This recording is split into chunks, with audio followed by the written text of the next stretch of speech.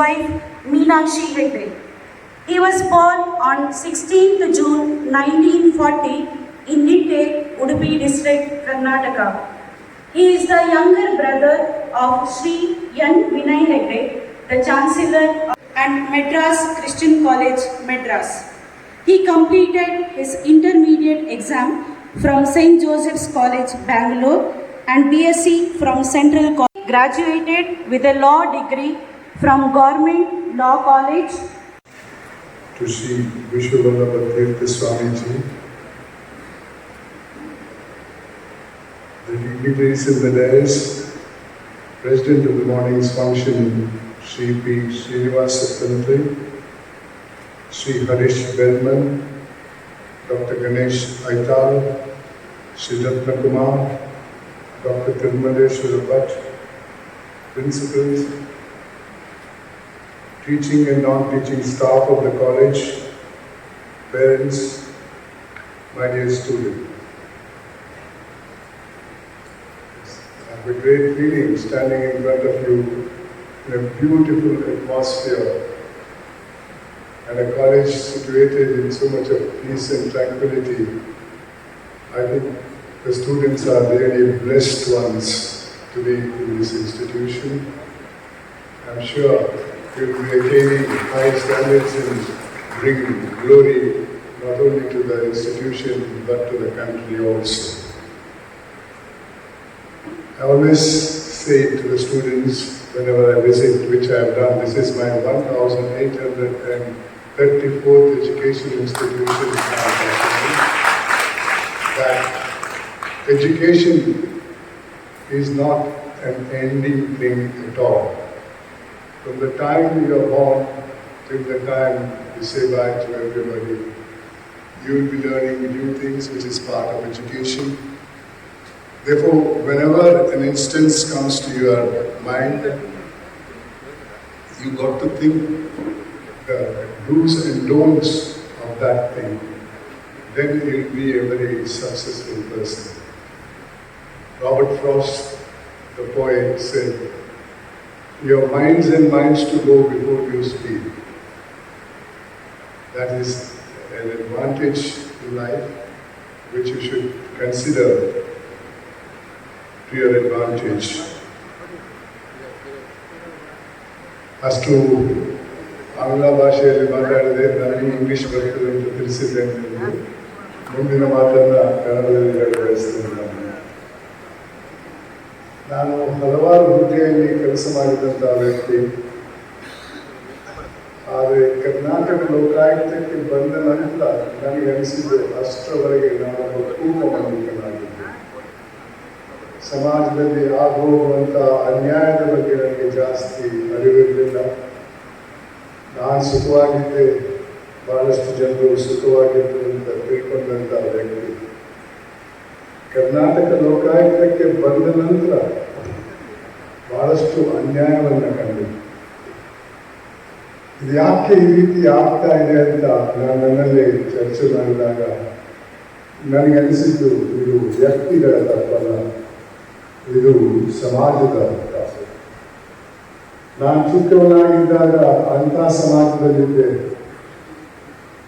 ಅದು ತಪ್ಪು ಮಾಡಿದ್ದವನ್ನ ಬಹಿಷ್ಕರಿಸ್ತಾ ಇತ್ತು, ಒಳ್ಳೆ ಕೆಲಸ ಮಾಡಿದವರನ್ನ ಸನ್ಮಾನಿಸಿ ಪುರಸ್ಕರಿಸ್ತಾ ಇತ್ತು. ಇವತ್ತು ಆ ಸಮಾಜದ ಭಾವನೆಯಲ್ಲಿ ಬಹಳಷ್ಟು ಬದಲಾವಣೆ ಬಂದಿದೆ. ಇವತ್ತಿನ ಸಮಾಜ ಬರೀ ಶ್ರೀಮಂತಿಕೆ ಮತ್ತು ಅಧಿಕಾರವನ್ನು ಪೂಜಿಸುವಂತಹ ಸಮಾಜದಲ್ಲಿ ಶ್ರೀಮಂತನಾದರೆ ಅವನೊಂದು ಸಲಾಮ, ಅಧಿಕಾರದಲ್ಲಿದ್ದರೆ ಅವನೊಂದು ಸಲಾಮ. ಪ್ರಾಮಾಣಿಕರ ಬಗ್ಗೆ ಮಾತಾಡಿದ್ರೆ ಬಿಡ್ರಿ, ಅವನು ಮುಂಚೆ ಅವನು ತಿನ್ನಲ್ಲ, ಇನ್ನೊಬ್ಬರಿಗೂ ತಿನ್ನಕ್ಕೆ ಬಿಡಲ್ಲ ಅನ್ನೋ ಮಾತು ಸರ್ವಸಾಧಾರಣವಾಗಿದೆ. ಬಂಧುಗಳೇ, ಈ ಸಮಾಜದ ಭಾವನೆಯನ್ನು ಬದಲಾಯಿಸದಿದ್ದರೆ ಮುಂದೆ ಬಹಳ ಕಷ್ಟ ಅಂತ ನಾನು ತಿಳ್ಕೊಂಡಿದ್ದೇನೆ. ಆದರೆ ಬದಲಾಯಿಸೋದು ಯಾರು? ನನ್ನ ವಯಸ್ಸಿನವರಿಂದ ಸಾಧ್ಯವಿಲ್ಲ. ಈ ಸಮಾಜವನ್ನು ಈ ಮಟ್ಟಕ್ಕೆ ತಂದವರು ನನ್ನ ವಯಸ್ಸಿನವರು. ಯುವಕ ಯುವತಿಯರಿಂದ ಸಾಧ್ಯವಿಲ್ಲ. ಆದರೆ ಅವರಿಗೆ ಸರಿದಾರಿ ಹೇಳಿಕೊಡುವವರು ಯಾರು? ನಾನು ಚಿಕ್ಕವನಾಗಿದ್ದಾಗ ನನ್ನ ಪೋಷಕರು ಹೇಳ್ತಾ ಇದ್ರು, ಇದು ಮಾಡಬೇಡ ಅಂತ. ತಪ್ಪು ಮಾಡಿದ್ರೆ ಹೇಗೆ ತಿನ್ನೋದು ನನಗೆ. ಶಾಲೆಗೆ ಹೋದಾಗ ನೀತಿ ಪಾಠ ಅಂತ ಒಂದು ಸಬ್ಜೆಕ್ಟ್ ಇತ್ತು, ಮಾರಲ್ ಸೈನ್ಸ್ ಅಂತ. ಅದು ನನ್ನ ಪೋಷಕರು ಹೇಳಿದ್ದನ್ನು ಒತ್ತಿ ಹೇಳ್ತಾ ಇದ್ರು. ಅದರಿಂದ ಆ ಬೆಳವಣಿಗೆಯ ಸಮಯದಲ್ಲೇ ಕೆಲವು ಸಾಮಾಜಿಕ ಮೌಲ್ಯಗಳನ್ನ ನಮ್ಮ ಗಮನಕ್ಕೆ ನಮ್ಮ ವಿದ್ಯೆ, ನಮ್ಮ ಪೋಷಕರು, ನಮ್ಮ ಟೀಚರ್ಗಳು, ಲೆಕ್ಚರರು ನಮಗೆ ತಿಳಿಸ್ತಾ ಇದ್ರು. ಆದ್ರಿಂದ ಸಮಾಜದಲ್ಲಿ ತಪ್ಪು ಮಾಡುವವರ ಸಂಖ್ಯೆ ಬಹಳ ಕಮ್ಮಿ ಆಗಿದೆ. ಆದರೆ ಇವತ್ತು ಬಹಳಷ್ಟು ಬದಲಾವಣೆ ಬಂದಿದೆ. ಅದು ಮನೆಯಿಂದಲೇ ಆಗಿದೆ. ಇವತ್ತು ಗಂಡ ಹೆಂಡತಿ ಇಬ್ಬರು ಕೆಲಸ ಮಾಡೋದು, ಕೆಲಸ ಆದರೆ ಕೂಡ ಅದೊಂದು ಅಲ್ಲಿ ಪ್ರಮೋಷನ್ ಆಗಬೇಕು, ದೊಡ್ಡ ಹುದ್ದೆಗೆ ಹೋಗ್ಬೇಕು, ಅದಕ್ಕೆ ಕಾರಣವಂತರಾದವರಿಗೆ ಅವರನ್ನ ಅವ್ರಿಗೆ ತಿಳಿಸ್ಬೇಕು, ನಾವು ಈ ಹುದ್ದೆಗೆ ಆರೋಗ್ಯ ಅಂತ ಹೇಳಕ್ಕೆ ಆ ಆಫೀಸ್ನ ತರುಣವನ್ನು ಮನೆಗೆ ತರ್ತಾರೆ. ಕಂಪ್ಯೂಟರ್ನಲ್ಲಿ ಕೂತ್ಕೊಂಡು ಕೆಲಸ ಮಾಡ್ತಾ ಇರ್ತಾರೆ. ಮಕ್ಕಳ ಜೊತೆ ಯಾವ ಸಂವಾದನೆ ಇರಲ್ಲ. ಮಕ್ಕಳ ಕೈಯಲ್ಲಿ ಐಫೋನ್ ಕೊಟ್ಟಿರ್ತಾರೆ, ಅವರು ಅವರಷ್ಟಕ್ಕೆ ಇರ್ತಾರೆ. ಇವತ್ತಿನ ಪೋಷಕರ ಮಕ್ಕಳ ಸಂಬಂಧ ಹಿಂದೆ ಇದ್ದದ್ರಿಂದ ಹಿಂದೆ ಕೇಳ್ತಾ ಇದ್ರು, ಏನೋ ತಪ್ಪು ಮಾಡಿದ್ವಿ, ಏನು ಶಿಕ್ಷೆ ಕೊಟ್ಟಿದ್ವಿ ಅಂತ ಶಾಲೆಯಲ್ಲಿ. ಇವತ್ತು ಬೆಳೆಯವರು ಯಾರೂ ಇಲ್ಲ. ಯಾವುದು ಸರಿ ಯಾವುದು ತಪ್ಪು ಅಂತ ಹೇಳಕ್ಕೆ ಯಾರೂ ಇಲ್ಲ. ಆ ಐಫೋನಲ್ಲಂತೂ ಯಾವ ಮೌಲ್ಯವೂ ಇಲ್ಲ. ಇದ್ದರೆ ಕೆಟ್ಟದ್ದು ಮಾತ್ರ ಇದೆ ಹೊರತು ಒಳ್ಳೆಯದು ಇಲ್ಲ. ಹುಡುಕಿರ್ಬೋದು, ಆದರೆ ಹುಡುಕುವ ಶಕ್ತಿ ನಮ್ಮಲ್ಲಿ ಇವತ್ತಿಲ್ಲ ಅಂತ ನಾನು ತಿಳ್ಕೊಂಡಿದ್ದೇನೆ. ವಿದ್ಯಾರ್ಥಿಗಳು ಯಾವ ರೀತಿಯಲ್ಲಿ ಈ ಸಮಾಜವನ್ನು ಬದಲಾಯಿಸುವುದು ಸ್ವಲ್ಪ ನೀವೇ ಯೋಚನೆ ಮಾಡಿ. ಬದಲಾಯಿಸದಿದ್ದರೆ ಏನಾಗ್ತದೆ ಅನ್ನೋದನ್ನು ಕೂಡ ಸ್ವಲ್ಪ ತಿಳ್ಕೊಂಡೆ. ಅದರ ಬಗ್ಗೆ ನಾನು ಸ್ವಲ್ಪ ಮಾಹಿತಿ ಕೊಡ್ತೇನೆ. ನಾನು ನನ್ನನ್ನೇ ಚರ್ಚೆ ಮಾಡಿದಾಗ ಇವತ್ತಿನ ಪರಿಸ್ಥಿತಿ ಬಗ್ಗೆ ನನಗೆ ಅನಿಸಿದ್ದು, ಇದಕ್ಕೆ ಮೂಲ ಕಾರಣ ಈ ದೇಶದಲ್ಲಿ ಅಭಿವೃದ್ಧಿ ಆಗಿರುವ, ಈ ಪದ ಬೇಕಂತ ಬಳಸ್ತಾ ಇದ್ದೇನೆ, ಅಭಿವೃದ್ಧಿ ಆಗಿರುವಂತಹ ಒಂದು ರೋಗ, ಅದು ದುರಾಸೆ. ಹಿಂದೆ ಈ ದುರಾಸೆ ಮಟ್ಟದಲ್ಲಿರಲಿಲ್ಲ. ಆದರೆ ಇವತ್ತು ಯಾವ ಮಟ್ಟಕ್ಕೆ ಹೋಗಿದೆ ಅಂತ ಒಂದು ಉದಾಹರಣೆ ಮೂಲಕ ನಾನು ತಿಳಿಸ ಬಯಸ್ತೇನೆ. 50ನೇ ದಶಕದಲ್ಲಿ ಹಲವಾರು ಹಗರಣಗಳು ನಡೆದಿದ್ದು, ಎಲ್ಲ ಹಗರಣದ ಬಗ್ಗೆ ಮಾತಾಡಕ್ಕೆ ಸಮಯದ ಅಭಾವ ಇದೆ. 1 ಅಥವಾ 2-3 ದಶಕದಲ್ಲಿ ಆದಂತಹ ಒಂದೊಂದು ಹಗರಣದ ವಿಚಾರವನ್ನು ನಾನು ನಿಮಗೆ ತಿಳಿಸ ಬಯಸ್ತೇನೆ.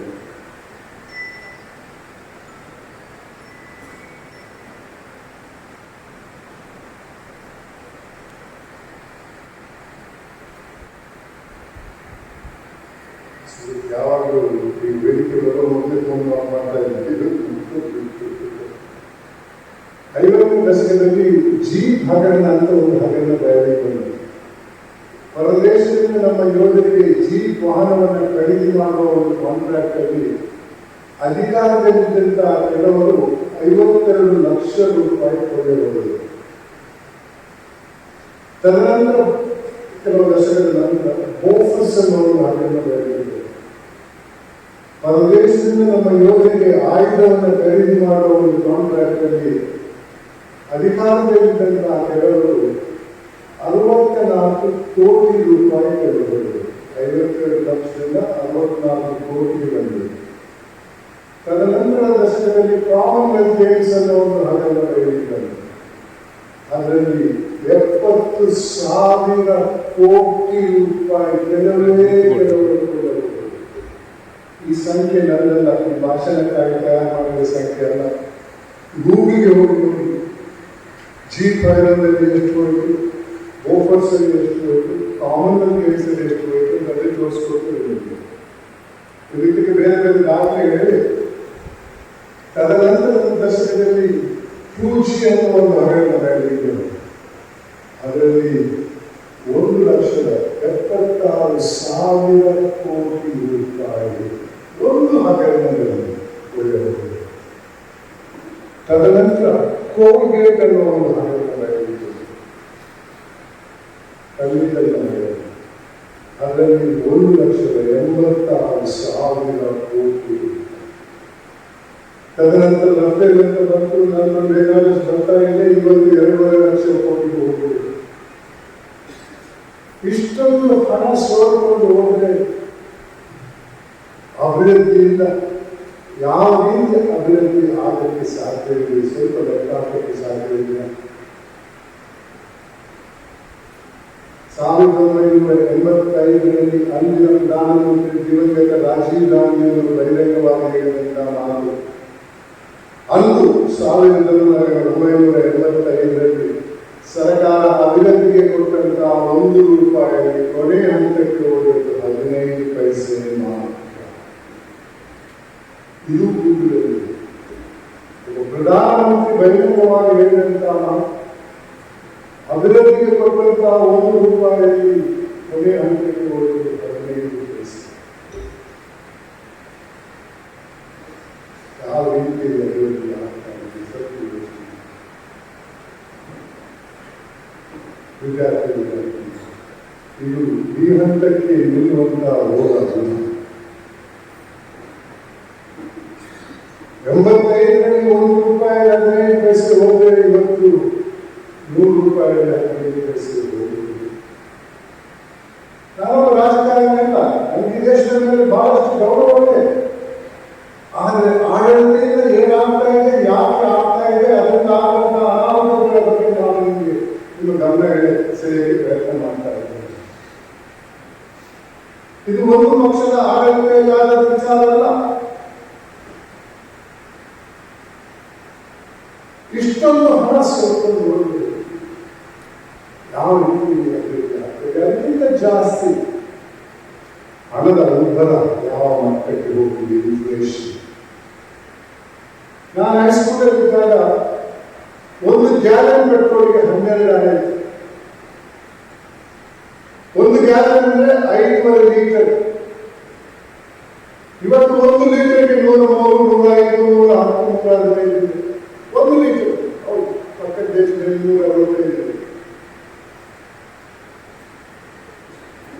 ಯಾಕೆ ಯಾಕಂದ್ರೆ ಆ ಅಕ್ರಮವಾಗಿ ಸಂಪಾದಿಸಿದಂತ ಹಣವನ್ನ ಬ್ಯಾಂಕಲ್ಲಿ ಬೇಕಾಗಲ್ಲ. ನಗದು ಮನೆಯಲ್ಲಿ ಏನಾಗಬಹುದು ಅಂತ ನೀವು ಓದ್ತಾ ಇರ್ತೀರ ಪೇಪರಲ್ಲಿ.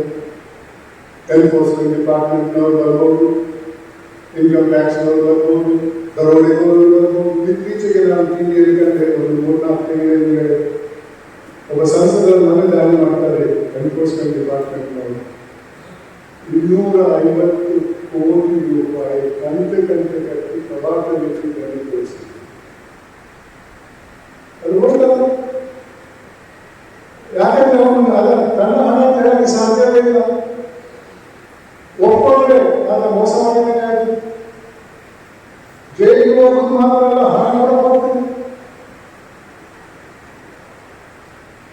ಏನು ಪ್ರಯೋಜನ? ಆದ್ರೆ ಹಣ ಇದ್ದಾಗ ಮಾಡ್ತಾ ಇರ್ತಾರೆ ಇಂಥ ವ್ಯಕ್ತಿಗಳು.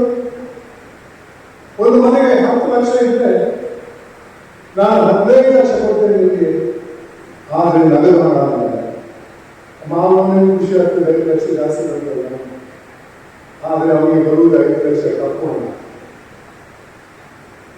ಅದನ್ನು ಮನೆಗೆ ಇಟ್ಕೊಂಡು ಏನಾಗ್ತದೆ ಅಂತ ಸ್ವಲ್ಪ ಮಾಡಿ ನೋಡಿದವರಿಗೆ ಗೊತ್ತಿಲ್ಲ.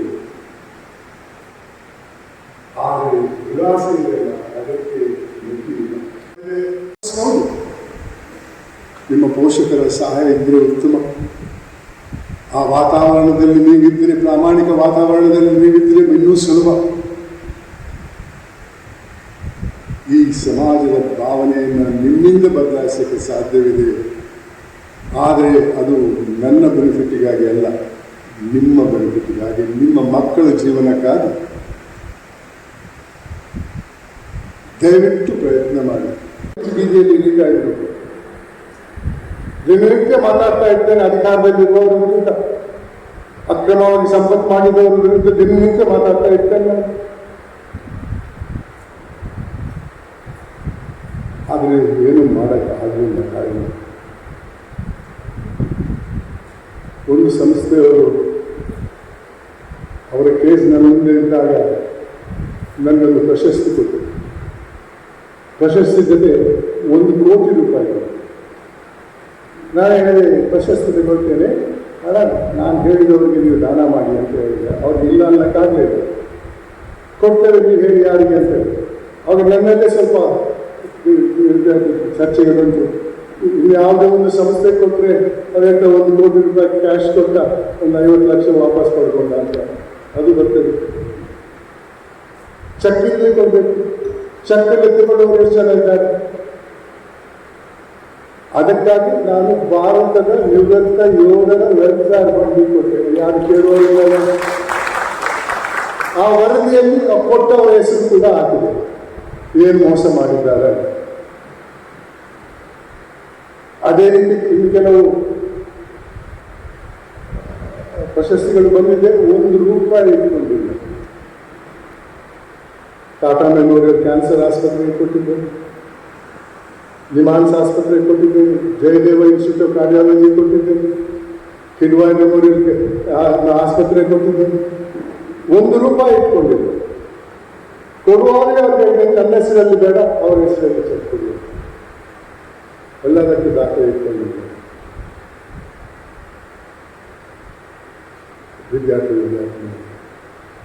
ಈ ಒಂದು ಕೂಡ ತೃಪ್ತಿ, ಇದಕ್ಕೆ ನೀಡಿದಂಥ ಮೌಲ್ಯ ಅವರಿಲ್ಲ. ಆ ಮೌಲ್ಯವನ್ನು ಅಳವಡಿಸಿ, ಅದರ ಜೊತೆ ಸಮಾಜದ ಭಾವನೆಯನ್ನು ಬದಲಾಯಿಸಿ, ಅದರ ಜೊತೆ ನಿಮ್ಮ ಭವಿಷ್ಯವನ್ನು ಉತ್ತಮವಾದ ದಾರಿಯಲ್ಲಿ ಹೋಗುವಂತೆ ಮಾಡುವಂಗೆ ಆಗ್ತದೆ. ಆ ಪ್ರಯತ್ನ ಮಾಡಿ. ಇನ್ನೊಂದು ವಿಚಾರ ಇದರಲ್ಲಿ ಜೀವನದಲ್ಲಿ ಜಿಗುಪ್ಸೆ ಅನ್ನೋದು ಬಂದೇ ಬರ್ತದೆ. ಇವತ್ತೆಲ್ಲರೂ ನಾಳೆ ಮುಂದಿನ ವರ್ಷ ಅಥವಾ ಮುಂದಿನ ವರ್ಷ ಈ ಜಿಗುಪ್ಸೆ ಒಂದ್ಸಲ ಆದರೂ ಬಂದಿದೆ. ಆ ಜಿಗುಪ್ಸೆ ಬಂದಾಗ ನಿಮಗಿಂತ ಮೇಲೆಯವರ ಜೊತೆ ಹೋಲಿಸ್ಬೇಕು. ದೊಡ್ಡ ಹುದ್ದೆಗೆ ಹೋಗಿದ್ದಾನೆ, ಏನು ಓದಿಲ್ಲ, ಹೇಗೋನೋ ಮಾರ್ಕ್ಸ್ ಪಡ್ಕೊಂಡ, ದೊಡ್ಡ ಹುದ್ದೆಗೆ ಹೋದ ಅಂತ ಅದನ್ನು ನೋಡಕ್ಕೆ ಹೋಗ್ಬೇಡಿ. ನಿಮ್ಮ ಹಿಂದೆ ಇರುವವರು ನೋಡಿ. ಎಷ್ಟು ಜನ ನಿಮ್ಮ ಹಿಂದೆ ಇದ್ದಾರೆ? ಹುಟ್ಟುವಾಗಲೇ ಕಣ್ಣಿಲ್ಲದೆ ಹುಟ್ಟಿದವರು, ಕೈಯಿಲ್ಲದೆ ಹುಟ್ಟಿದವರು, ಹುಟ್ಟಿದ ನಂತರ ಏನೂ ಸಿಗದೆ ಇರುವವರು. ದೇವರು ಅವ್ರಿಗಿಂತ ಜಾಸ್ತಿ ನಿಮ್ಗೆ ಕೊಟ್ಟಿದ್ದಾನಲ್ಲ, ಅದು ಒಂದು ರೀತಿಯಲ್ಲಿ ತೃಪ್ತಿ ಪಡೆಯುವಂತಹ ಒಂದು ಗುಣ. Never ever compare yourself to somebody who is above you. Turn and look behind you. You'll find thousands of people who have not come to the stage of where you are. Are you not better off? That should be the attitude. That attitude gives you good sleep. ಅಕ್ರಮವಾಗಿ ಸಂಪತ್ತನ್ನು ಪಡೆದವರಿಗೆ ನಿದ್ದೆ ಬರಲ್ಲ. ಯಾರು ಇಲ್ಲದೆ ಇದ್ರೆ ಇಷ್ಟೊಂದು ನನಗೆ ಮನೆಯಲ್ಲಿ ಇಟ್ಕೊಂಡಿದ್ರೆ ಮಕ್ಕಳು ಏನಾಗ್ಬೋದು ಅನ್ನೋದವರೆಗೆ.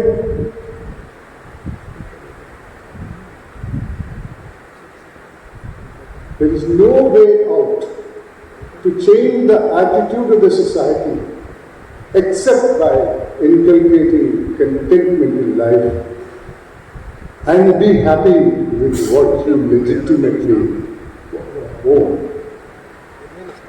ಅದೇ ರೀತಿ ಇನ್ನೊಂದು ಮೌಲ್ಯದ ಎರಡು ಮೌಲ್ಯಗಳು ಸಾಕು ಈ ಜೀವನದಲ್ಲಿ.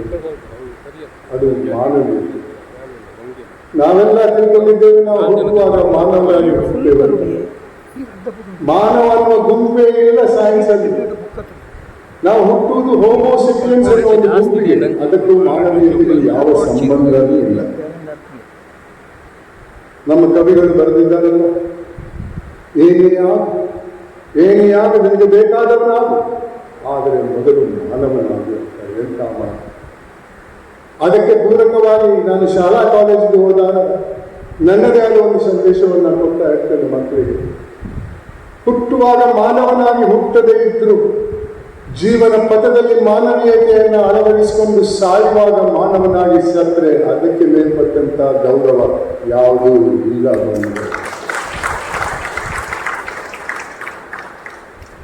ಅರ್ಥ ಮಾಡ್ತೀವಿ.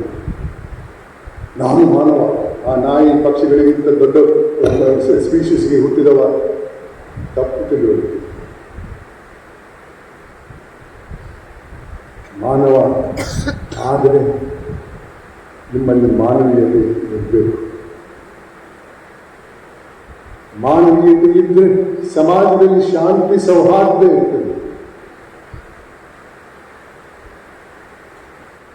ಈ ಎರಡು ಮೌಲ್ಯಗಳನ್ನು ನೀವು ಅಳವಡಿಸಿದರೆ ಮುಂದೆ ನಿಮ್ಮ ಭವಿಷ್ಯ ಮಾತ್ರ ಅಲ್ಲ, ನಿಮ್ಮ ಮಕ್ಕಳ ಭವಿಷ್ಯ ಮಾತ್ರ ಅಲ್ಲ, ನಿಮ್ಮ ದೇಶದ ಭವಿಷ್ಯವನ್ನು ನೀವು ಬದಲಾಯಿಸಬಹುದು.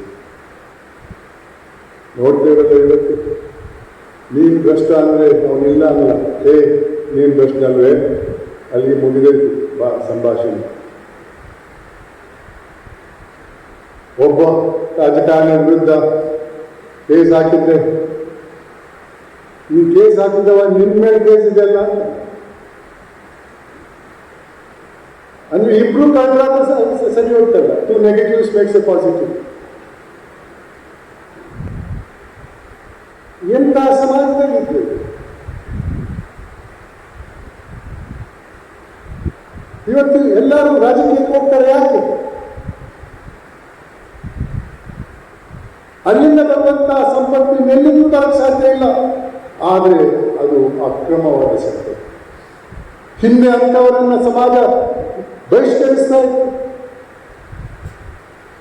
ಇವತ್ತು ಜೈಲಿಗೆ ಹೋಗಿ ಜಾಮೀನು ತಗೊಂಡು ಬಂದಂತಹ ವ್ಯಕ್ತಿಗಳನ್ನ ಸ್ವಾಗತ ಮಾಡಕ್ಕೆ ಏರ್ಪೋರ್ಟಿಗೆ ಹೋಗ್ತಾರೆ, ಹಾರ ಹಾಕ್ತಾರೆ, ಸೇಬಿನ ಹಾರ. ಅದನ್ನು ಮನುಷ್ಯರಿಂದ ಹಾಕಕ್ಕಾಗಲ್ಲ, ಅದಕ್ಕೆ ಟ್ರೈನ್ ತಗೊಂಡು ಹೋಗ್ತಾರೆ, ಟ್ರೈನಿಂದ ಹಾರ ಹಾಕ್ತಾರೆ. ಸ್ಟ್ಯಾಟಿಸ್ಟಿಕ್ಸ್ ತೆಗೆದು ನೋಡಿ, ಇವತ್ತು ಪಾರ್ಲಿಮೆಂಟಲ್ಲಿ ಎಷ್ಟು ಜನರ ವಿರುದ್ಧ ಕ್ರಿಮಿನಲ್ ಕೇಸ್ಗಳಿವೆ. ಬರೀ ಹಣದ ವಿಚಾರ ಮಾತ್ರ, ಕೊಲೆ ಮಾಡಿದರು, ಅತ್ಯಾಚಾರ ಮಾಡಿದರು, ಇವರಿಗೂ ನಾವು ಮತ ಹಾಕ್ತೇವೆ. ಯಾಕೆ?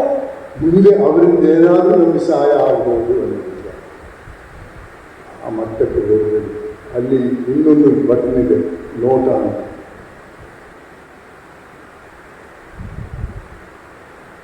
ಇವತ್ತಿನ ಪರಿಸ್ಥಿತಿಗೆ ನಾವೆಲ್ಲರೂ ಕಾರಣ, ಒಂದು ರೀತಿಯಲ್ಲಿ ಇನ್ನೊಂದು ರೀತಿಯಲ್ಲಿ. ಪಬ್ಲಿಕ್ ಆಗಿ ನಾವು ಮಾತಾಡಲ್ಲ, ಅವರೊಳಗೇನೆ ಜಗಳ ಅಂದ್ರೆ ಸ್ವಲ್ಪ ಹೊರಗೆ ಬರ್ತದೆ. ಪ್ರಜಾಪ್ರಭುತ್ವ ಅಂದ್ರೆ ಏನು? ಜನರಿಂದ ಜನರಿಗಾಗಿ ಜನರ ಸರ್ಕಾರ. ಹಿಂದೆ 46ನೇ ಇಸ್ವಿಯಲ್ಲಿ ನಮಗೆ ಸ್ವಾತಂತ್ರ್ಯ ಸಿಗುವ ಮೊದಲು ಪ್ರಜಾಪ್ರಭುತ್ವವನ್ನು ಪಡ್ಕೊಳ್ಬೇಕನ್ನೋ ಹಿನ್ನೆಲೆಯಲ್ಲಿ ಚರ್ಚೆ ನಡೀತದೆ ಕಾನ್ಸ್ಟಿಟ್ಯೂಯೆಂಟ್ ಅಸೆಂಬ್ಲಿ ಅನ್ನುವ ಸಂಸ್ಥೆಯಲ್ಲಿ. ಆವಾಗ ಅವರು ಜನರ ಬಗ್ಗೆ ಏನ್ ಮಾತಾಡ್ತಾ ಇದ್ರು? ಯಾರು ತಮ್ಮ ವೈಯಕ್ತಿಕ ವಿಚಾರದ ಬಗ್ಗೆ ಮಾತಾಡಿಲ್ಲ. ಇವತ್ತು ದೇಶದ ಬಗ್ಗೆ ಮಾತಾಡುವವರು ಯಾರು? ಎಲ್ಲರೂ ತಮಗಾಗಿ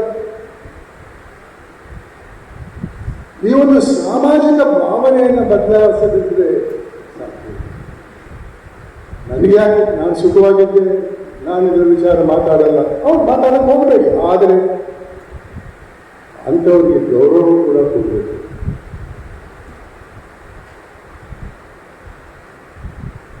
ನಾನು ನನ್ನ 5 ವರ್ಷದ ಲೋಕಾಯುಕ್ತದ ಅನುಭವದ ಕೆಲವು ಉದಾಹರಣೆಗಳನ್ನು ನಿಮ್ಮ ಮುಂದೆ ಇಡಬಯಸ್ತೇನೆ.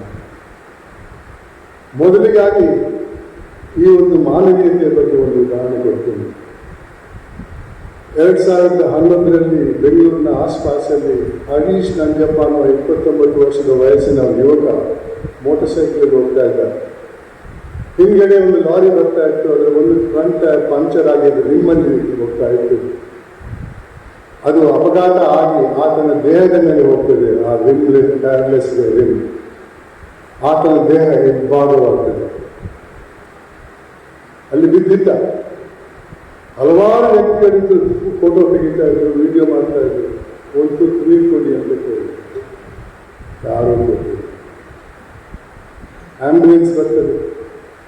ಆಂಬ್ಯುಲೆನ್ಸ್ ಸಿಬ್ಬಂದಿ ದೇಹದ 2 ಭಾಗವನ್ನು ಎತ್ತು ಬಿಟ್ಟು ಆಂಬ್ಯುಲೆನ್ಸ್ ಎಲ್ಲ ಹಾಕ್ತಾರೆ. ಮತ್ತು ಜೀವಂತವಾಗಿದ್ದಾರೆ. ಆತ ಸಿಬ್ಬಂದಿಗೆ ಹೇಳ್ತಾನೆ, ದಯವಿಟ್ಟು ವೈದ್ಯರಿಗೆ ಹೇಳಿ ನನ್ನ ಕಣ್ಣನ್ನು ದಾನ ಮಾಡುತ್ತೇನೆ. ಇಂಥ ವಿಪರ್ಯಾಸ ಇದೆ. 10-12 ಜನ ನೀರು ಒಬ್ಬರು ಒಂದು ನೀರು ಕೊಟ್ಟಿಲ್ಲ. ಆತ ಸಾಯ್ತೇನೆ ಅಂತ ಗೊತ್ತಿತ್ತು. ಆತ ತನ್ನ ಕಣ್ಣನ್ನು ದಾನ ಮಾಡಕ್ಕೆ ಹೇಳ್ತಾನೆ. ನಮ್ಮಲ್ಲಿ ಎಷ್ಟು ಜನ ಇದ್ದಾರೆ ಈ ಮಾನವೀಯತೆಯನ್ನು ಸಂದರ್ಭಗಳಿಗೆ ಅನುಸರಿಸಿ ಮಾಡ್ಬೋದು. ನಮಗೆ ಆಟಕ್ಕ ನಾಳೆ ನಮ್ಮನ್ನು ವಿಟ್ನೆಸ್ ಮಾಡ್ತಾರೆ, ಕೋರ್ಟ್ಗೆ ಹೋಗ್ಬೋದು, ಅಡ್ಡಿ ಬೇಕಾದಷ್ಟಿದೆ. ಅದೇ ರೀತಿ ಇನ್ನೊಂದೆರಡು ಉದಾಹರಣೆ ಗೊತ್ತು. ನನ್ನ ಮಾತು ಗ್ರಾಮ ಕೊಡ್ತೇನೆ. 2008ರಲ್ಲಿ ಬಾಗಲಕೋಟೆಯಿಂದ ಒಬ್ಬರು ಟೈಲರ್ ಮತ್ತು ಆತನ ಪತ್ನಿ ಒಂದು 6 ತಿಂಗಳ ಮಗುವನ್ನು ಕರ್ಕೊಂಡು ಬರ್ತಾರೆ. ಏನಪ್ಪ ಸಮಸ್ಯೆ ಅಂತ ಕೇಳಿದೆ. ಸರ್, ಈ ಮಗು ನೋಡೋಕ್ಕೆ ಚೆನ್ನಾಗಿ ಇದೆ, ಈ ಮಗುವಿಗೆ ಗುದದ ಭಾರ ಇಲ್ಲ, ನೋ ರೆಸ್ಟ್ ಕಮ್, ಇನ್ನೊಂದು ಬಾಯಲ್ಲಿ ಹೊರಗೆ ತರೋದು ಭಾರ. ಬಾಗಲಕೋಟೆ ಡಾಕ್ಟರ್ ಹೇಳಿದಂತೆ ಬೇಸರ ಮಾಡ್ಕೊಳ್ಬೇಡಿ, ಇದಕ್ಕೆ ಉಪಾಯ ಇದೆ, ಇವನೊಂದು ಸುಸಜ್ಜಿತ ಆಸ್ಪತ್ರೆಗೆ ಕರ್ಕೊಂಡು ಹೋಗಿ ಮಕ್ಕಳ ತಜ್ಞ ಆಪರೇಷನ್ ಮೂಲಕ ಸರಿ ಮಾಡಿಸ್ಕೊಡ್ತಾನೆ. ಅದನ್ನು ನಂಬಿ ಆ ಪೋಷಕರು ಆ ಮಗುವನ್ನು ಒಂದು ಸರ್ಕಾರಿ ಮೆಡಿಕಲ್ ಕಾಲೇಜ್ ಆಸ್ಪತ್ರೆಗೆ ಕರ್ಕೊಂಡು. ನಾನು ಹೆಚ್ಚು ಮಾತಾಡಲಿಕ್ಕೆ ಹೋಗಿಲ್ಲ. ಮೇಸ್ಟ್ರುಗಳಿಗೆ ಮಾತಾಡಲಿಕ್ಕೆ ಕೊಟ್ಟರೆ ಚೆನ್ನಾಗಿ ಮಾತಾಡ್ತಾರೆ. ಏನು ಹೇಳಬೇಕು ಅದನ್ನೆಲ್ಲ ಹೇಳಿ, ನಮ್ಮ ಮ್ಯಾನೇಜ್ಮೆಂಟ್ ವತಿಯಿಂದ ಏನು ಹೇಳಬೇಕು ಅದನ್ನು ಪೋಷಕರೇ ಹೇಳಿಬಿಟ್ಟಿದ್ದಾರೆ. ನನ್ನ ಕೆಲಸವನ್ನು ತುಂಬ ಕಡಿಮೆ ಮಾಡಿದ್ದಾರೆ ಅಂತ ನಾನು ಭಾವಿಸ್ತೀನಿ. ಏನೇ ಆಗಲಿ, ನಮ್ಮ 15ನೇ ಬ್ಯಾಚಿನ ನಮ್ಮ ಸ್ಟೂಡೆಂಟ್ಸ್ ಫಸ್ಟ್ ಚಾಯ್ಸ್ SMVIT ಅಂತ. ನಮಗೆ ಮ್ಯಾನೇಜ್ಮೆಂಟ್ ಸೀಟಿಗೆ ಕೇಳಲಿಕ್ಕೆ ಬರುವಾಗಂತೂ ನಮಗೆ ಈ ಸರಿ ಒತ್ತಡ ಅಂತ ಹೇಳಿದರೆ ಕೆಲವರಿಗೆ ನೋವು ಹೇಳುವ ಪರಿಸ್ಥಿತಿ ಬಂತು. ಪ್ರಾಯಶಃ ಇವತ್ತು 50% ಮಾತ್ರ ಅಟೆಂಡ್ ಆಗಿದ್ದಾರೆ, ಅಡ್ಮಿಷನ್ ತಗೊಂಡವರು. ಇನ್ನು 50% ಇವತ್ತು ಬಂದಿಲ್ಲ. Overwhelming response. ಈ ರೀತಿ ಒಂದು ಸ್ಪಂದನ ನಮಗೆ ಬಹಳ ಸಂತೋಷ ಕೊಡ್ತದೆ, ನಮಗಿನ್ನೂ ಹುಮ್ಮಸ್ಸು ಕೊಡ್ತದೆ. ಈ ಇನ್ಸ್ಪಿರೇಷನ್ ಇದುವೇ ನಮಗೆ ಇನ್ನೂ ಚೆನ್ನಾಗಿ ನಿರ್ವಹಿಸಲಿಕ್ಕೆ. ತಮಗೆಲ್ಲ ಗೊತ್ತಿದೆ, ನಾನು ಸ್ವಲ್ಪ ಕ್ರಿಟಿಕ್ಕಾಗಿ ಮಾತಾಡೋನು. ಪಾಸಿಟಿವ್ ಆಗಿ ಹೇಳ್ತಾ ಹೋದರೆ ಅದರಲ್ಲಿ ಚಾರ್ಮ್ ಇರಲ್ಲ. ಅದಕ್ಕೆ ಒಂದು 8 ವರ್ಷದ ಹಿಂದೆ ಉಡುಪಿಯ ಒಂದು ಪ್ರತಿಷ್ಠಿತ PU ಕಾಲೇಜಿನ ಒಬ್ಬರು ಪ್ರೊಫೆಸರ್ ಹೇಳ್ತಾರೆ ಒಬ್ಬ ಸ್ಟೂಡೆಂಟಿಗೆ, ನೀನು ಕಲಿಯುವ ಮಟ್ಟ ಏನು ಸಾಲದು, ಆದರೆ ತೊಂದರೆ ಅದು ನಿಮಗೆ ಎಲ್ಲಿ ಸಿಗದಿದ್ದರೆ, ಸೀಟ್ ಸಿಗದಿದ್ದರೆ ಬಂಟಕಲ್ಲೇ ಸೀಟ್ ಸಿಗ್ತದೆ ಅಂತ. ನಮಗೆ ಕೂಡಲೇ ಆ ಫೀಡ್ಬ್ಯಾಕ್ ಬಂದಿತ್ತು. ಯಾರು ಅಂತ ಐಡೆಂಟಿಫೈ ಕೂಡ ಮಾಡಿದ್ದೆ. ಈ ವರ್ಷ ಅವರೇ ನನಗೆ ದುಂಬಾಲು ಬಿದ್ದರು, ಒಂದು ಸೀಟ್ ಕೊಡಿಸಿ ಅಂತ. ಸೀಟ್ ಕೊಡೋಣ, ಆದರೆ 8 ವರ್ಷದ ನಿಮ್ಮ ಮಾತು ಕೂಡ ನೆನಪಿದೆ ಅನ್ನೋದನ್ನು ನಾನು ಹೇಳಿದ್ದೀನಿ. ಆ ಮಟ್ಟಕ್ಕೆ ನಮ್ಮ ಇನ್ಸ್ಟಿಟ್ಯೂಷನ್ ಬೆಳೆದು ನಿಂತಿದೆ. ಇದಕ್ಕೆ ಸಪೋರ್ಟಿವ್ ಆಗಿ ಹೇಳಬೇಕಂತಿದ್ದರೆ, ನಮ್ಮ ಸ್ಟೇಟ್ ಬೋರ್ಡ್ ಎಕ್ಸಾಮಿನಲ್ಲಿ 9th ರ್ಯಾಂಕ್ ತಗೊಂಡ ಒಬ್ಬಳು ಗರ್ಲ್ ನಮ್ಮಲ್ಲಿ ಫಸ್ಟ್ ಎದ್ದಿನಿಲ್ಲ. ಪ್ರಾಯಶಃ ಫಸ್ಟ್ ಚಾಯ್ಸ್ ಬಂಟಕಲ್ ಅಂತ ತಗೊಂಡಿದ್ದಾಳೆ, ಸೀಟ್ ತಗೊಂಡಿದ್ದಾಳೆ. Congratulations to you, your parents also, please be seated. ಇದು ನಮ್ಮ ಪರ್ಫಾರ್ಮೆನ್ಸಿಗೆ ಕೈಗನ್ನಡಿ ಅಂತ ನಾನು ಹೇಳ್ತೇನೆ. ಇನ್ನು ಕಾಲೇಜಿನ ಬೆಳವಣಿಗೆ ಬಗ್ಗೆ ನಾನು ಮಾತಾಡಬೇಕು ಅಂತ ಪ್ರಿನ್ಸಿಪಾಲ್ ನನಗೆ ಹೇಳಿದ್ದಾರೆ. ನಿಮಗೆಲ್ಲ ಗೊತ್ತಿದೆ, 14 ವರ್ಷ ನಾವು ಈ ಕಾಲೇಜನ್ನು ನಡೆಸೋದ್ರಲ್ಲಿ 7 ಬೀಳುಗಳನ್ನು ಕಂಡಿದ್ದೇವೆ. KG ಕ್ಲಾಸ್ನಿಂದ ಹಿಡಿದು PGವರೆಗೆ ಕಾಲೇಜನ್ನು ನಡೆಸುವ ಅನುಭವ, ಅದನ್ನು ಅನುಭವಿಸಿದರೆ ಬಹಳ ಒಂದು ಥ್ರಿಲ್ಲಿಂಗ್. 7 ಬೀಳುಗಳು, ಪ್ಲಸ್ ಆ್ಯಂಡ್ ಮೈನಸ್ ಎಲ್ಲವನ್ನು ನಾವು ಸಾಮಾನ್ಯ ಅನುಭವಿಸಿದ್ದೇವೆ. ಆದ್ದರಿಂದ ಅನುಭವದ ಮಾತು ಹೇಳುತ್ತಿದ್ದರೆ, NAC, NBA, NIRF ಎಲ್ಲ ಕಡೆಯಲ್ಲಿಯೂ ನಾವು ಉತ್ತಮ ಅಂಕಗಳನ್ನು ಗಳಿಸಿ ಸೆಕೆಂಡ್ ಸೈಕಲನ್ನು ಪಾಸ್ ಮಾಡಿ ಇನ್ನೇನು ಆಟೋನಮಸ್ ಸ್ಟೇಟಸ್ಗೆ ಹೋಗಬೇಕು. NPA new education policy, NEP 100% implement ಆಗುವಾಗ ಸಾಮಾನ್ಯ ಎವರೇಜ್ ಇಂಜಿನಿಯರಿಂಗ್ ಕಾಲೇಜುಗಳೆಲ್ಲ ವ್ಯಾನಿಷ್ ಆಗಿಬಿಡ್ತಾರೆ. ಸರ್ವೈವಲ್ನ ಪ್ರಶ್ನೆ. ನಾವು ಇದನ್ನೆಲ್ಲ ಅಚೀವ್ ಮಾಡಲೇಬೇಕು. ಈ ಅಚೀವ್ ಮಾಡೋದರಲ್ಲಿ ನಮ್ಮ ಪ್ರಿನ್ಸಿಪಾಲ್ರ ಟೀಮ್ನೊಂದಿಗೆ ಕೈ ಜೋಡಿಸಿದವರು ಸ್ಟೂಡೆಂಟ್ಸ್. ನಮ್ಮ ಕೈಗನ್ನಡಿ, ನಮ್ಮ ಪರ್ಫಾರ್ಮೆನ್ಸಿನ ಕೈಗನ್ನಡಿ ಯಾರು ಕೇಳಿದರೆ ಸ್ಟೂಡೆಂಟ್ಸ್ ಪರ್ಫಾರ್ಮೆನ್ಸ್. ನೀವು 14 ವರ್ಷದಲ್ಲಿ ನಮ್ಮಲ್ಲಿ ಈಗ 11 ಬ್ಯಾಚ್ಗಳು ಔಟ್ ಆಗಿದ್ದಾರೆ. ಅವ್ರು ಏನಾಗಿದ್ದಾರೆ ನಮ್ಮ ಮಿತ್ರರೊಬ್ಬರು ಹೇಳಿದರು. ಅವರೊಂದು ಇಂಗ್ಲೀಷ್ ಮೀಡಿಯಂ ಸ್ಕೂಲ್ನಲ್ಲಿದ್ದಾರೆ. ಅವರ ಸ್ಟೂಡೆಂಟ್ಸ್ ಎಲ್ಲಿದ್ದರು, ಅಲ್ಲದೆ ಬೇರೆಯವರೆಲ್ಲ ಏನಾಗಿದ್ದಾರೆ ಅಂತ ತಿಳ್ಕೊಂಡು ನನ್ನ ಮಗಳನ್ನು ಇಲ್ಲಿ ಸೇರಿಸಿದ್ದೇನೆ ಅಂತ ಹೇಳಿದರು. ಇದನ್ನು ಮೇಂಟೈನ್ ಮಾಡಲಿಕ್ಕೆ ಪ್ರಿನ್ಸಿಪಾಲ್ರ ಟೀಮ್ ಅವಿಶ್ರತ ಶ್ರಮಪಟ್ಟಿದೆ. ನಾವು ಬೆನ್ನು ತಟ್ಟೋದು ಮಾತ್ರ, ಅವರನ್ನು ನಾವು ಕಂಗ್ರ್ಯಾಚುಲೇಟ್ ಮಾಡಬೇಕು. ಅದರೊಂದಿಗೆ ಸ್ಟೂಡೆಂಟ್ಸ್ ಕೂಡ ಆ ರೀತಿಯಲ್ಲಿ ಒಂದು ರೆಸಿಪ್ರೊಕೇಷನ್, ನಾವು ಟ್ರೈ ಕೊಡ್ತೀವಿ ಅದಕ್ಕೆ ರೆಸ್ಪಾಂಡ್ ಮಾಡಿದ್ದರಿಂದ ಅದು ಸಾಧ್ಯ ಆಗಿದೆ. Credit actually goes to faculties and staff members and students and supporting parents. Congratulations to all of. ಇನ್ನು ನೆಕ್ಸ್ಟ್ ನಮ್ಮ ಏಮ್ ಇರೋದು ಈ ವರ್ಷವೇ ನಾವು ಆಟೋನಮಸ್ ಸ್ಟೇಟಸ್ಗೆ ಹೋಗ್ಬೋದು. ಆಟೋನಮಸ್ ಸ್ಟೇಟಸ್ ಯಾಕೆ ಅಗತ್ಯ ಇದೆ? ನಮ್ಮ ಬ್ರ್ಯಾಂಡ್ ಇಮೇಜ್ ಕೂಡ ಇದರಿಂದ ಇಂಪ್ರೂವ್ ಆಗ್ತದೆ. ಬ್ರ್ಯಾಂಡ್ ಇಮೇಜ್ ಇಂಪ್ರೂವ್ ಆದರೆ due to brand image the placement will improve considerably. ಒಂದಕ್ಕೊಂದು ಎಲ್ಲವೂ ಒಂದಕ್ಕೊಂದು ಸಂಬಂಧಪಟ್ಟಿದ್ದು. ಎಲ್ಲ ಪ್ರೋಗ್ರೆಸ್ ಅಂತ ಹೇಳಿದರೆ ಕ್ವಾಲಿಟಿ ಆಫ್ ಸ್ಟೂಡೆಂಟ್ಸ್, ಪ್ಲೇಸ್ಮೆಂಟ್. ಈಗ ಪ್ಲೇಸ್ಮೆಂಟ್ ನಮ್ಮಲ್ಲಿ ಮೋರ್ ದ್ಯಾನ್ ಅವರ್ ಎಕ್ಸ್ಪೆಕ್ಟೇಷನ್ ಆಗ್ತಾಯಿದೆ. ಆದರೆ ನೆಕ್ಸ್ಟ್ ನಮ್ಮಲ್ಲಿ ಇಯರ್ಲಿ ಒಮ್ಮೆ ನಮ್ಮ VTUನ ಇನ್ಸ್ಪೆಕ್ಷನ್ ಆಗ್ತದೆ. ಅಲ್ಲದೆ AICTE ನಾವು ಎಫಿಲಿಯೇಷನನ್ನು ನಾವು ಕಂಟಿನ್ಯೂಷನ್ಗೆ ಎಕ್ಸ್ಟೆನ್ಷನ್ ಆಫ್ ಅಪ್ರೂವಲನ್ನು ತಗೊಳ್ಳುವಾಗ ನಾವು ಎಲ್ಲ ನಾವು ಇಲ್ಲಿ ಪರ್ಫಾರ್ಮೆನ್ಸ್ ಆಗ್ತಾಯಿದೆ ಇದನ್ನೆಲ್ಲ ಸ್ಟಡಿ ಮಾಡ್ತಾರೆ. ಅಲ್ಲದೆ ಬೇರೆ ನ್ಯಾಕಿನವರು ಇರ್ಬೋದು, NBAದವರು ಇರ್ಬೋದು, NIRFನವರು ಎಲ್ಲರೂ ನಮ್ಮನ್ನು ಭಾಳ ಒಂದು ದುರ್ಬೆನಿಟ್ಟು ನಮ್ಮನ್ನು ಪರೀಕ್ಷೆ ಮಾಡ್ತಾ ಇರ್ತಾರೆ. ಇದರಲ್ಲಿ ನಾವು ಪ್ರೋಗ್ರೆಸ್ ತೋರಿಸಿದರೆ ಮಾತ್ರ ನಮಗೆ ಮೇಲೆ ಹೋಗ್ಲಿಕ್ಕಾಗ್ತದೆ. ಆ ನಿಟ್ಟಿನಲ್ಲಿ ನಾವು ರೈಟ್ ಡೈರೆಕ್ಷನಲ್ಲಿ, ರೈಟ್ ವೇದಲ್ಲಿ, ಬೇಕಾದ ಸ್ಪೀಡ್ನಲ್ಲಿ ನಾವು ಹೋಗ್ತಾ ಇದ್ದೀವಿ. ಈ ವರ್ಷ ನಾವು ಆಟೋನಮಸ್ ಸ್ಟೇಟಸ್ ಅಚೀವ್ ಮಾಡ್ತೀವಿ. ನೀವು ಫಸ್ಟ್ ಬ್ಯಾಚ್ ಆಟೋನಮಸ್ ಸ್ಟೇಟಸ್ಗೆ ನಾವು ಟ್ರೈ ಕೊಡುವಾಗ ನಮ್ಮ ಜೊತೆಗೆ ಕೈ ಜೋಡಿಸುವ ಜೂನಿಯರ್ಸ್, ಇವತ್ತು ನೀವೇನು ಅಡ್ಮಿಷನ್ ತಗೊಂಡಿದ್ದೀರಾ, ನಿಮ್ಮ ಪಾತ್ರ ಕೂಡ ಇದೆ. ನಿಮಗೆ ಸಪೋರ್ಟಿವ್ ಆಗಿ ನಿಮ್ಮ ಪೇರೆಂಟ್ಸ್ ಕೂಡ ನಿಲ್ಲಬೇಕು. ಇದರಿಂದ academic flexibility, we can add latest subject based on the new emerging technology. ಇದು ಬಹಳ ಇಂಪಾರ್ಟೆಂಟ್. ಅದೇ ರೀತಿ academic flexibility, university will only monitor the academic activities, syllabus ಇರ್ಬೋದು, ಎಕ್ಸಾಮಿನೇಷನ್ ಕಂಡಕ್ಟ್ ಮಾಡೋದಿರ್ಬೋದು, ಎಲ್ಲದಕ್ಕೂ ನಮಗೆ ಸ್ವಾಯತ್ತತೆ ಸಿಗ್ತದೆ. ಅದರಿಂದ ಬೆಟರ್ ಪರ್ಫಾರ್ಮೆನ್ಸ್ ಇದೆಲ್ಲಿದೆ. Examination flexibility, the present lengthy exam schedule will reduce. In turn we can focus on student vacation, industry internship, industry supported value added courses. ಇದೆಲ್ಲ ಸಾಧ್ಯ ಇದೆ. Due to autonomous status, the institute has the advantage of linking with industry, in turn enhanced job opportunity in reputed organization.